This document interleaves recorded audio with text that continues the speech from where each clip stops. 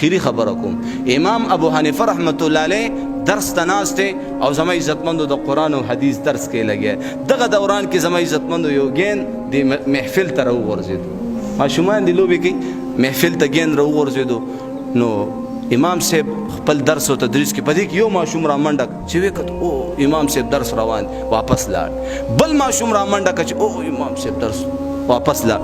بل ماشوم راغی د خلکو دا تاسو ناستئ تاسو په اوږو باندې راوړي دلته راشي دلته نه ګین اوچت کړي واپس منډه کړي. ټیک تاسو به څه ماشوم دی ماشوم دی که امام صاحب څه وایي دا حرامي دی. څه دي حرامي دي. اوس دا خبره به ثابته خبره امام صاحب خبره کړې ده.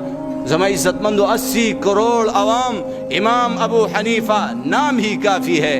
امام ابو حنیفہ رحمه الله یو کس ته حرامي وي یو ماشوم ته حرامي وي. خبره مور ته ورسېده هغې خپل خاوند ته ویلې. خاوند یې راغی یاره جي تاسو زما بچي ته په کوم بنیاد باندې حرامي ویلې دی او ورته وایي دا دې د خپلې ښځې نه تپوس وکړه.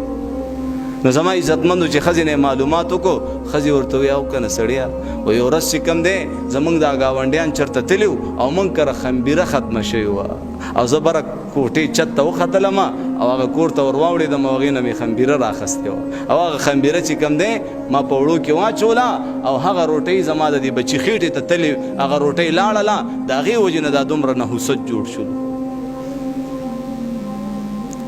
زما عزتمندو نن زما او ستا بچې ولی زما او ستا قدر نه کوي ولی ما او تا ته نیغ نیغ کیږي. شاہ ولی اللہ محدث دہلوی رحمت اللہ علیہ فرمائی میں نے کبھی بھی اپنے والد محترم کے سامنے پاؤ پلا کر کبھی نہیں بیٹھ.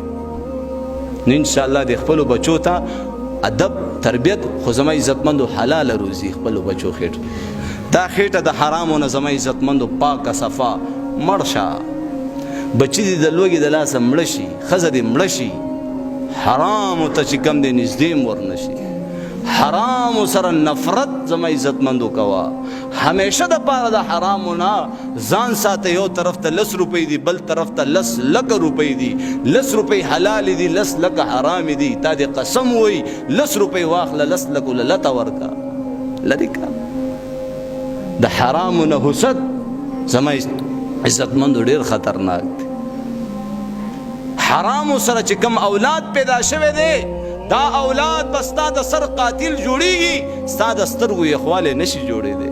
دا په دې حرامو باندې کوم بلډینګ تا جوړ کړی دی په حرامو باندې کوم ګاډی دی اخیستی دی د حرامو کوم لباس دی اغوښتلی دی دا تا د جهنم سکروټ یې اچولی دی. جي صاحب دقه شان د خویندو حقونه دا حرام دي. دا زما عزتمندو یتیمانانو مال خپلې خېټې ته اچول په هغې باندې خېټه اچول دا حرام دي. زما محترمو ناب طول کې کمی کول دا حرام دي. یو مسلمان حق لاندې کول ګوتۍ به یې ښودي سکې به یې څښا ټماټر اچولي او قسم بالله دا حرام دي حرام دي حرام دي.